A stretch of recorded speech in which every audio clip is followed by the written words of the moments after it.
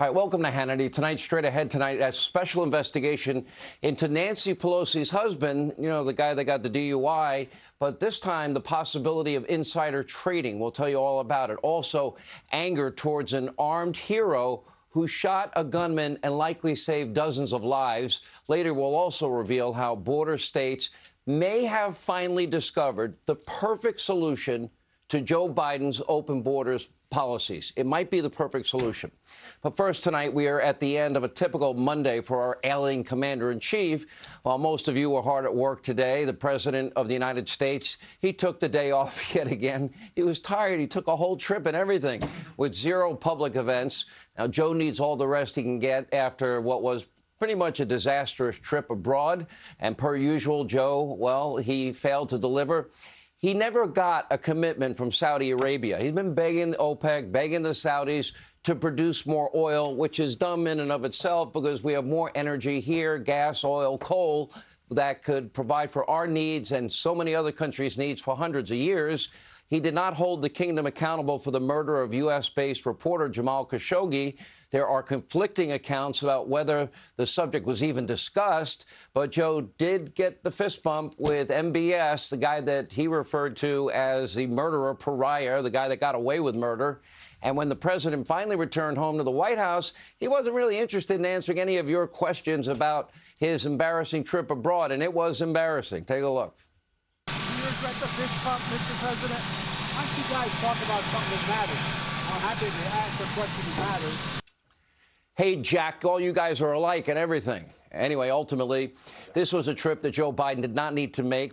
We have more than enough oil, gas, coal right in the ground, right here at home.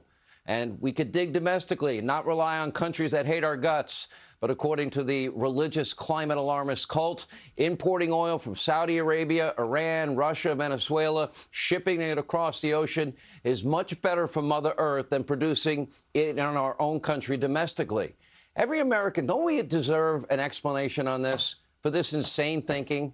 Why is it okay to import energy, extract a barrel of oil abroad, but we can't do it domestically, when if we did it domestically, we do it faster, we do it cheaper, and we do it cleaner? Why wouldn't we do it here? Joe goes begging and pleading to pariah nations and comes home empty-handed. And the price, by the way, of a barrel of oil went higher because Joe failed, went higher significantly. Now even Democrats and Biden's protectors and the media mob, even they can't really excuse all of this away. Take a look. He fist-bumped Mohammed bin Salman, the man responsible, according to Biden's own director of national intelligence, for ordering a brutal murder of a Washington Post journalist, killing him, and then dismembering him with a bone saw. I mean, that fist bump photograph, I think a lot of Americans saw that and were revolted by it. Should Biden have gone? No, I don't think so. You have a leader of that country who was involved in the murder of a Washington Post journalist. I don't think that that type of government should be rewarded with a visit by the president. I don't think that Biden gets a pass just because he's a Democrat, just because that he's a Democratic president. I think that it's bad no matter how you look at it. Yeah, fist bumping the murder. Did you notice one thing I noticed in that tape? You see Bernie Sanders. I think he's actually older than Joe. He's got his act together. He's cognitively alert. He has a lot of energy. I don't think he's changed much in the last 20 years. He's still got his fastball. Joe doesn't. Now, everything that is now going wrong for Biden, look at this. A whopping 75% of American households now saying that their income is falling behind the cost of living. Two-thirds of Americans and going higher, living paycheck to paycheck. And as I predicted on this program, what did I say? Watch the housing market, because that's next.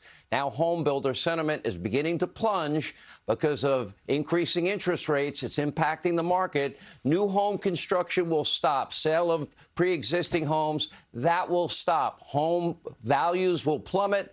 And guess what? The market will crash, and then things will be exponentially worse.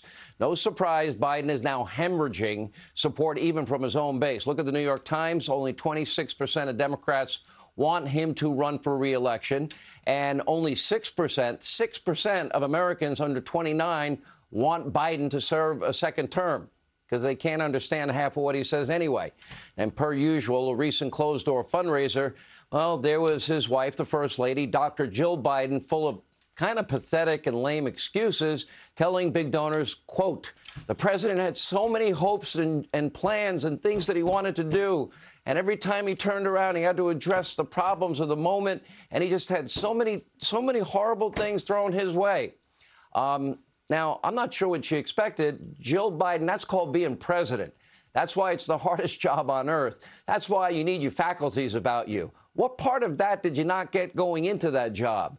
Now, did you not think that Biden would face unexpected challenges and problems as the leader of the free world? Did you really think it would be that easy? He was vice president, at least in name only, for 8 years.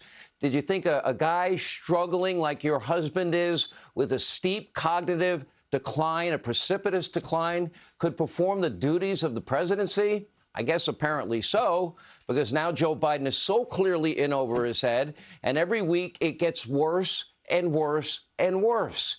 The RNC put together a compilation. Now, look at this from two perspectives. One, as an American citizen, this is your president. And two, think about America's enemies, hostile regimes that hate this country. Think of China, Russia, Iran, Venezuela, North Korea. And ask yourself, what are they thinking when they see this? The best way to get something done, if it holds near and dear to you that you like to be able to, anyway, from Charlotte, another line going from in Florida down to Tampa. The idea that Los Angeles and what am I doing here? For two reasons. One,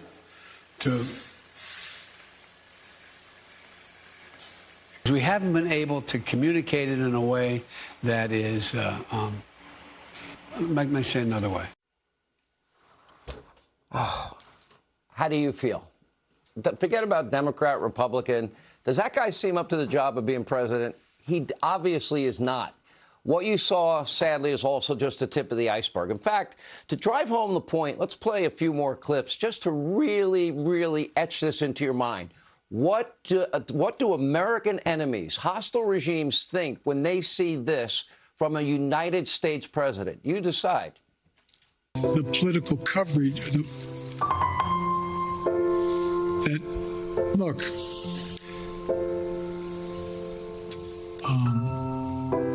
some of the political players and some of the let me ask a rhetorical question.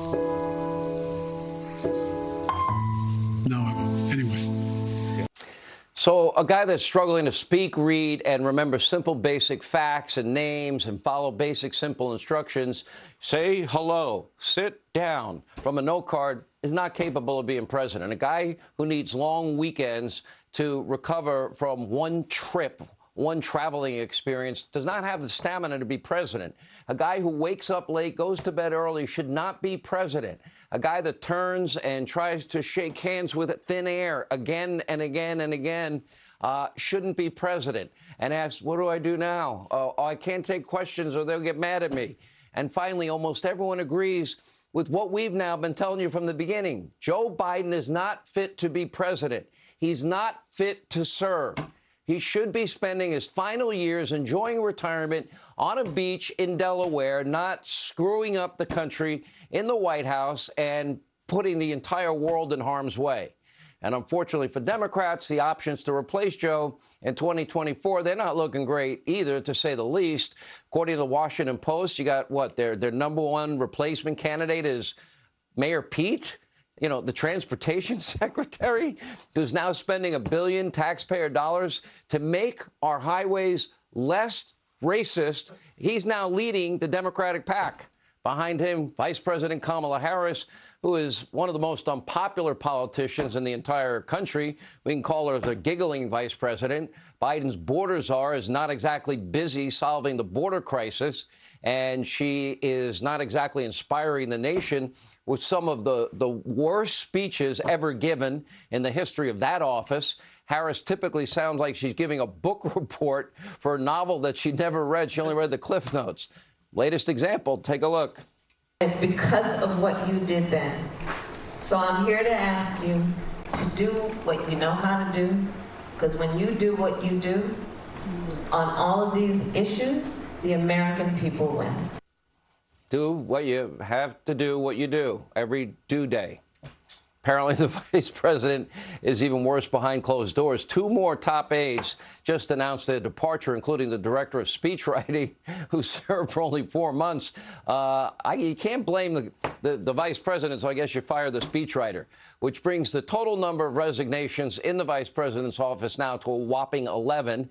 Hey, Sean Hannity here. Hey, click here to subscribe to Fox News YouTube page and catch our hottest interviews and most compelling analysis. You will not get it anywhere else.